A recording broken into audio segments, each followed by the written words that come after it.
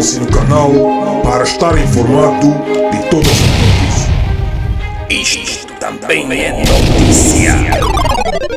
Manos e manas, nós angolanos de Cabinda ao Cunene na diáspora vamos ter que parar a cúpula toda de João Lourenço. Este ministro, Merci Lopes, é uma criança autêntica, igualzinho ao próprio João Lourenço.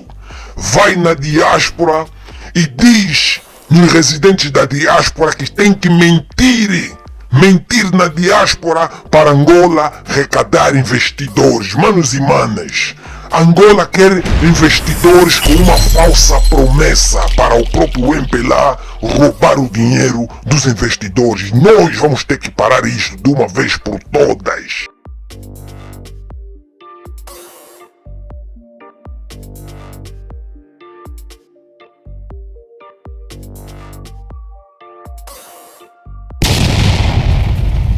Pois é, pessoal, chegamos ao fim, mas não se esqueça, Se você gostou deste vídeo, espalhe o mesmo vídeo para a sua rede de WhatsApp, Instagram, Facebook e todos aqueles familiares e amigos que você conhece, para eles também estarem informados. Vemo-nos brevemente no próximo vídeo.